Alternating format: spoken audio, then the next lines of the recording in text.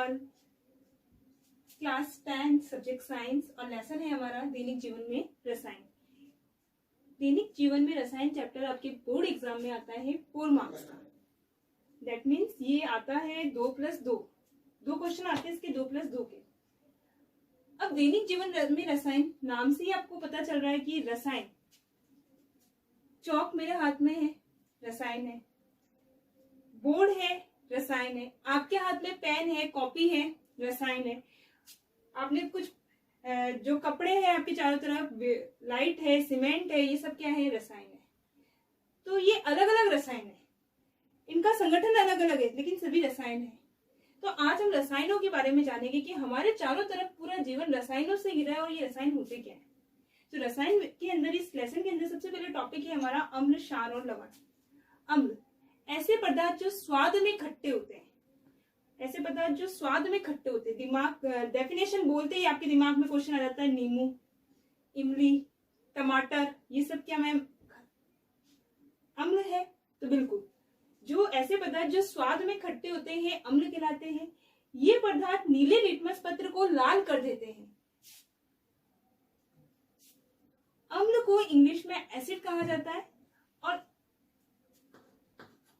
Latin में इसे acidus से मिलकर बना। ये acid word Latin word acidus से मिलकर बना है और जिसका मीन्स होता है खट्टा। कुछ प्राकृतिक अम्लों के उदाहरण दूंगी। एसिटिक अम्ल सिरके में पाया जाता है। फॉर्मिक अम्ल लाल चींटी के डंक में, फॉर्मिक अम्ल लाल चींटी के डंक में पाया जाता है। कई बार एग्जाम में क्वेश्चन भी आता है कि लाल चींटी के डंक में कौन सा अम्ल पाया जाता है? फॉर्मिक अम्ल।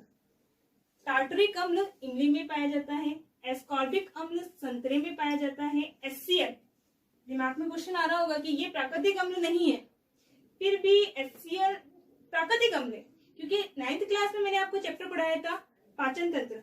पाचन तंत्र में अमाशय भाग से जठर रस स्रावित होता है और जठर रस में क्या उपस्थित होता है? हाइड्रोक्लोरिक अम्ल। नेक्स्ट है क्षार, ऐसे पदार्थ जो स्वाद में कड़वी होते हैं तथा छूने पर साबुन जैसा व्यवहार दर्शाते हैं, क्षार कहलाते हैं। ये लाल लिटमस पत्र को नीला कर देते हैं। उदाहरण sodium hydroxide, magnesium hydroxide, aluminium hydroxide. ये तो मैंने आपको कॉमन चीजें बताई है अम्ल और क्षार के बारे में। ये दोनों ही अम्ल और क्षार दोनों ही जल में विलय होते हैं, दोनों ही जल में विलय होते हैं। तो विलयता के आधार पर अम्ल और क्षार दोनों 2 प्रकार के होते हैं।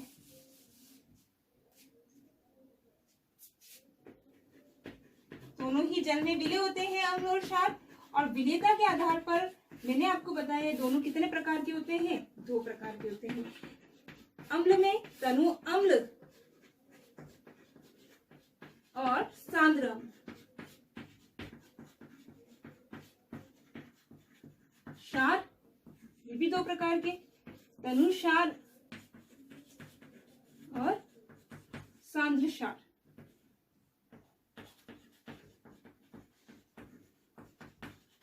जब कभी भी किसी भी नाम के आगे अगर तनु लगा हो, तनु का मतलब होता है जिस ऐसे पदार्थ, ऐसा विलयन जिसमें जल की मात्रा अधिक हो। और कहीं किसी नाम के आगे, अगर किसी विलयन के नाम के आगे सांद्र लगा हुआ है, तो इसका मतलब ऐसे पदार्थ जिसमें जल की मात्रा क्या होती है? कम होती है। तनु अम्ल, तो अब आप डेफिनेशन समझ गए होंगे, अम्ल आ रहा है तो ऐसे अम्ल जिनमें जल की मात्रा अधिक होती है, जिनमें जल की मात्रा क्या होती है? अधिक, तनु अम्ल कहलाते हैं। ऐसे अम्ल जिसमें जल की मात्रा कम होती है सांद्र अम्ल कहलाते हैं। अब आप समझ गए होंगे तनु क्षार और सांद्र क्षार क्या होते हैं। ऐसे क्षार जिसमें जल की मात्रा अधिक होती है तनु क्षार कहलाते हैं। सांद्र क्षार ऐसे क्षार जिसमें जल की मात्रा कम होती है सांद्र क्षार कहलाते हैं। तो ये तो हमारा हो गया विलयता के आधार पर। नेक्स्ट हमारा टॉपिक आएगा लवण। लवण क्या है? लवण क्या है? जब अम्ल और क्षार को आपस में मिलाया जाता है तो जो नया पदार्थ बनता है वो लवण कहलाता है। जब अम्ल और क्षार के आपस में अभिक्रिया कराते हैं तो लवण और जल का निर्माण होता है।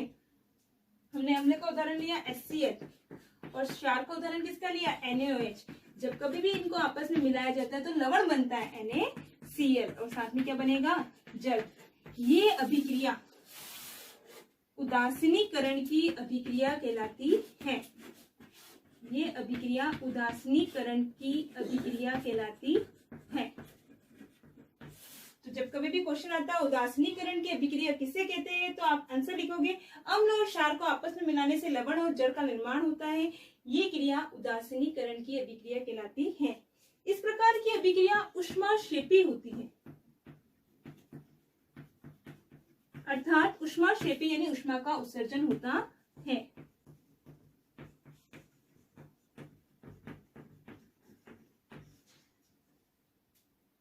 नेक्स्ट हम बात करेंगे लवण में। लवणक का गलनांक और कवचनांक उच्च होता है। गलनांक और कवचनांक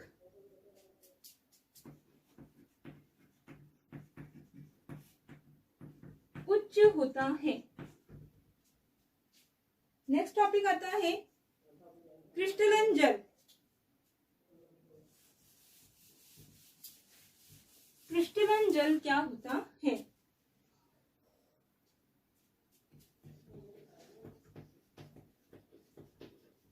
क्रिस्टलन जल, ध्यान से डेफिनेशन सुनना। कोई भी यौगिक है, कोई भी लवण है, जैसे कि मैंने लिखा Na2CO3.10H2O, ठीक है। किसी लवण के इकाई सूत्र में उपस्थित, किसी यौगिक के इकाई सूत्र में उपस्थित निश्चित जल के अणुओं की संख्या क्रिस्टलन जल कहलाती है। डेफिनेशन को ध्यान से सुनने होगा कि क्रिस्टलन जल क्या होता है।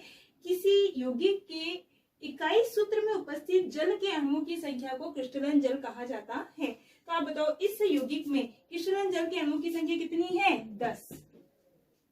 एक मैंने आपके और सूत्र लिखा फिटकरी का, K2SO4 Al2SO4 का होल ट्राइस .24H2O। अब आप बताओ इसमें क्रिस्टलन जल में जल के अणुओं की संख्या कितनी है? 24। एक सूत्र लिखा मैंने कैल्शियम सल्फेट .2H2O। क्रिस्टलन जल के अणुओं की संख्या कितनी है? 2। तो आप समझ गए होंगे क्रिस्टलन जल क्या होता है। तो ये तो बात हो गई थी हमारे क्रिस्टलन जल की, ठीक है। नेक्स्ट हमारा टॉपिक आता है अम्ल और क्षार का। मैंने बता दिया कि डेफिनेशन जो स्वाद में खट्टे होते हैं। अब आप हर चीज को टेस्ट करके तो शायद देख सकते हो। तो आपने कहा लिटमस पत्र नीला हो जाता है, जैसे कोई अम्ल है जिससे लिटमस पत्र का भी कोई इफेक्ट नहीं हो, तो आप उसको कैसे पहचानोगे कि वो अम्ल है या क्षार है? तो ऐसे पदार्थों को पहचानने के लिए अलग अलग वैज्ञानिकों ने अलग अलग संकल्पनाएं दी। तो सबसे पहले हम एक संकल्पना पढ़ेंगे आर्हेनियस सिद्धांत, अम्ल और क्षार का आर्हेनियस सिद्धांत।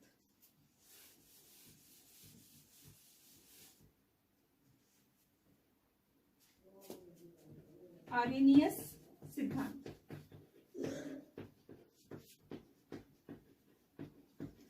आर्हेनियस सिद्धांत क्या कहता है? ध्यान से सुनना। आर्हेनियस के अनुसार अम्ल क्या है और क्षार क्या है? आर्हेनियस कहता है कि ऐसे पदार्थ जो जल में घुलकर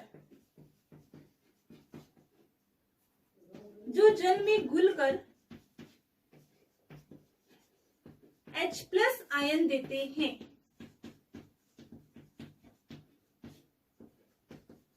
अम्ल कहलाते हैं।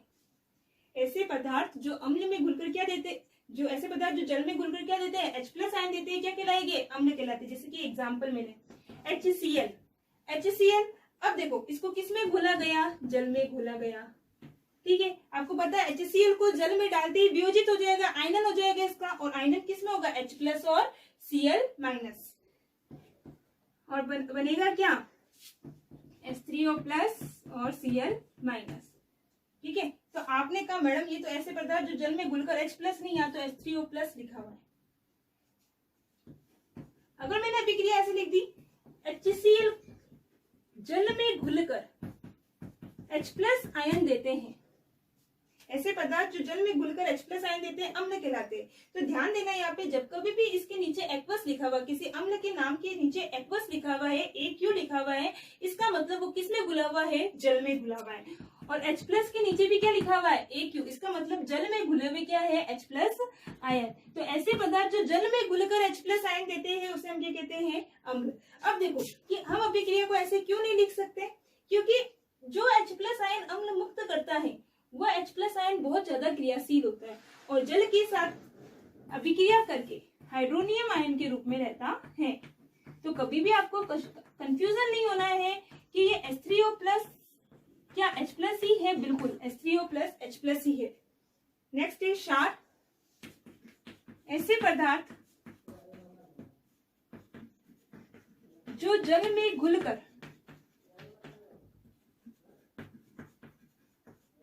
OH माइनस आयन देते हैं, ऐसे पदार्थ जो जल में घुलकर OH माइनस आयन देते हैं क्षार कहलाते हैं। देखो NaOH जल में घुल दिया और जल में घुलकर क्या दे रहे हैं, OH माइनस आयन दे रहे हैं, तो ये क्या हो जाएगा, क्षार। ऐसे पदार्थ, दूसरा एक और एग्जांपल ले लेते हैं, कैल्शियम हाइड्रोक्साइड जल में घोल दिया और जल में घुलने के बाद ये क्या दे रहे हैं, OH माइनस आयन दे रहे हैं। तो ऐसे पदार्थ जो जल में घुलकर OH माइनस आयन देते हैं क्षार कहलाते हैं, जो जल में घुलकर H प्लस आयन देते हैं अम्ल कहलाते हैं। एक अम्ल के एग्जाम्पल कई सारे हैं, HCl, HNO3, H2SO4। आर्रेनियस ने अपनी संकल्पना में प्रबल अम्ल और प्रबल क्षार, दुर्बल अम्ल और दुर्बल क्षार के बारे में भी बताया। तो हम करते हैं कि प्रबल अम्ल क्या होते हैं और दुर्बल अम्ल क्या होते हैं।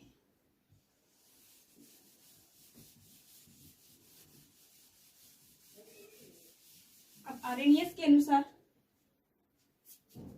अम्ल के भी कितने प्रकार हो गए, 2 प्रकार। कौन कौन से, प्रबल अम्ल और दूसरा दुर्बल अम्ल। प्रबल अम्ल क्या होते हैं, ऐसे अम्ल जो जल में पूर्ण रूप से वियोजित हो जाते हैं, जो पूर्ण रूप से क्या हो जाते हैं, वियोजित हो जाते हैं, क्या कहलाएंगे, प्रबल अम्ल कहलाते हैं।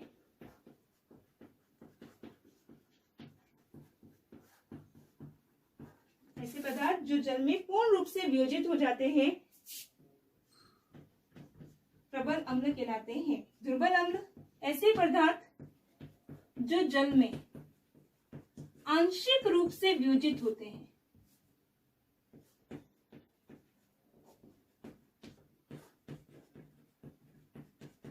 पदार्थ नाम लेने पर आप अम्ल और क्षार दोनों की डेफिनेशन लिख सकते हैं। प्रबल अम्ल है तो ऐसे अम्ल जो जल में पूर्ण रूप से वियोजित हो जाते हैं प्रबल अम्ल कहलाते हैं। दुर्बल अम्ल ऐसे अम्ल जो जल में आंशिक रूप से वियोजित होते हैं दुर्बल अम्ल कहलाते हैं। प्रबल अम्ल के उदाहरण ध्यान रखना, एग्जाम में क्वेश्चन आता है, प्रबल अम्ल के उदाहरण दीजिए। HCl प्रबल अम्ल है, HNO3 प्रबल अम्ल है। HNO3 का देखो, HCl को हाइड्रोक्लोरिक अम्ल, HNO3 को नाइट्रिक अम्ल, H2SO4 को सल्फ्यूरिक अम्ल। ठीक है। दुर्बल अम्ल के उदाहरण एसिटिक अम्ल CH3COOH। मैंने प्राकृतिक अम्ल के उदाहरण में बताया था, एसिटिक अम्ल सिरके में पाया जाता है। सूत्र क्या होगा उसका, CH3COOH। Next hydroboric acid CH3BO3। ये भी किसके एग्जाम्पल है, दुर्बल अम्ल का उदाहरण है। इसी तरह से क्षार के बारे में भी बताया था आर्रेनियस ने कि क्षार भी 2 प्रकार के होते हैं, प्रबल क्षार और दुर्बल क्षार। प्रबल क्षार और दुर्बल क्षार, डेफिनेशन आपको पता चल गया होगा कि ऐसे क्षार जो जल में पूर्ण रूप से वियोजित हो जाती है प्रबल क्षार कहलाती है, और ऐसे क्षार जो जल में आंशिक रूप से वियोजित होती है दुर्बल क्षार कहलाती है। प्रबल क्षार के उदाहरण आपको देती हूं मैं आपको। पोटेशियम हाइड्रोक्साइड जल में पूर्ण रूप से वियोजित हो जाती है और क्या देती है, K+ और OH- ion. Potassium hydroxide, sodium hydroxide प्रबल क्षार है, सोडियम हाइड्रोक्साइड। बात करते हैं कैल्शियम हाइड्रोक्साइड, प्रबल क्षार का एग्जाम्पल है। इसके अलावा अमोनियम हाइड्रोक्साइड दुर्बल क्षार है। मैग्नीशियम हाइड्रोक्साइड दुर्बल क्षार है। अमोनियम हाइड्रोक्साइड, मैग्नीशियम हाइड्रोक्साइड दुर्बल क्षार का उदाहरण होता है। तो आपने आर्यनीय संकल्पना में पढ़ा, क्या पढ़ा आर्यनीय संकल्पना में? अम्ल क्या होते हैं और क्षार क्या होते हैं? अम्ल ऐसे पदार्थ जो जलीय विलयन में घुलकर या जल में घुलकर H+ आयन देते हैं, अम्ल कहलाते हैं। क्षार ऐसे पदार्थ जो जल में घुलकर OH- आयन देते हैं, हाइड्रोक्साइड आयन देते हैं, क्षार कहलाते हैं। अम्ल दो प्रकार के होते हैं, प्रबल अम्ल और दुर्बल अम्ल। प्रबल जो पूर्ण रूप से वियोजित हो जाते हैं, ऐसे अम्ल जो पूर्ण रूप से वियोजित हो जाते हैं क्या कहलाएंगे? प्रबल। दुर्बल अम्ल ऐसे अम्ल जो जल में आंशिक रूप से वियोजित होते हैं, दुर्बल अम्ल कहलाएंगे। प्रबल अम्ल के उदाहरण HCl हाइड्रोक्लोरिक अम्ल, HNO3 नाइट्रिक अम्ल, H2SO4 सल्फ्यूरिक अम्ल। दुर्बल अम्ल एसिटिक एसिड CH3COOH सिरके में पाया जाता है। बोरिक अम्ल H3BO3। इसी तरह से क्षार भी दो प्रकार के बताए, प्रबल क्षार और दुर्बल क्षार। प्रबल क्षार ऐसे क्षार जो जल में पूर्ण रूप से वियोजित हो जाते हैं क्या कहलाएंगे? प्रबल क्षार। Potassium hydroxide, sodium hydroxide. दुर्बल क्षार ऐसे क्षार जो जल में घुलकर आंशिक रूप से वियोजित होते हैं क्या कहलाएंगे? दुर्बल क्षार। Ammonium hydroxide, magnesium hydroxide. तो ये तो थी प्रबल और अम्ल और क्षार की अवधारणा। बस थोड़ा सा इसमें बाकी है कि आर्यनीय की संकल्पना हमने पढ़ लिया, आपको समझ में आ गया अम्ल और क्षार क्या है। तो आप क्या बता सकते हो कि BF3, ये बताइए BF3 अम्ल है या क्षार? एक यौगिक मैंने लिख दिया AlCl3 अम्ल है या क्षार? आप कहोगे मैडम आर्यनीयस ने तो ये बताया कि जो H+ या OH- आयन देते हैं। BF3 में तो ना H+ आयन है और ना AlCl3 में कोई H+ आयन नहीं है, ना ही हमें OH- आयन दिखाई दे रहा है। तो इसकी सीमाएं क्या होगी? समझ गए होगे कि ऐसे यौगिक जिसमें सीमाएं क्या है? ऐसे यौगिक जिसमें H+ आयन या हाइड्रोक्साइड आयन अनुपस्थित होते हैं, उनके बारे में, उनकी प्रकृति के बारे में ये व्याख्या नहीं करता है। जैसे कि BF3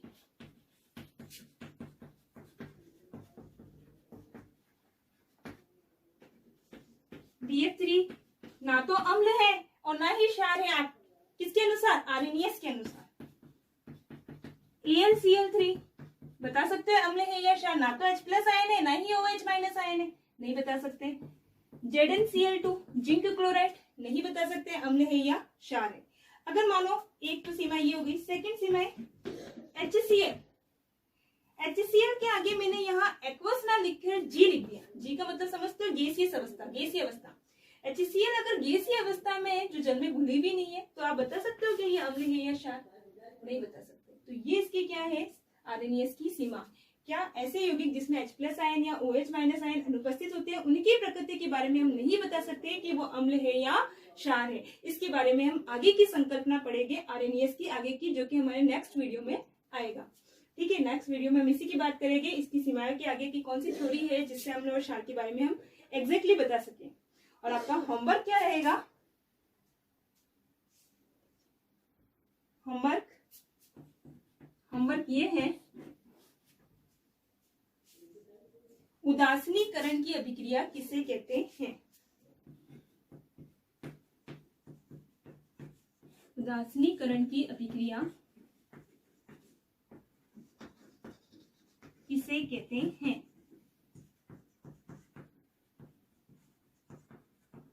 क्वेश्चन दूसरा ये है, चींटी के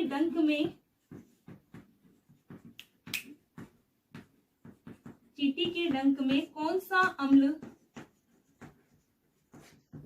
पाया जाता है? क्वेश्चन थर्ड ये रहेगा आपके, प्रबल अम्ल व दुर्बल क्षार के दो उदाहरण दीजिए। और आर्यनीय संकल्पना इंपॉर्टेंट है जो कि आपको पढ़नी है। थैंक्स।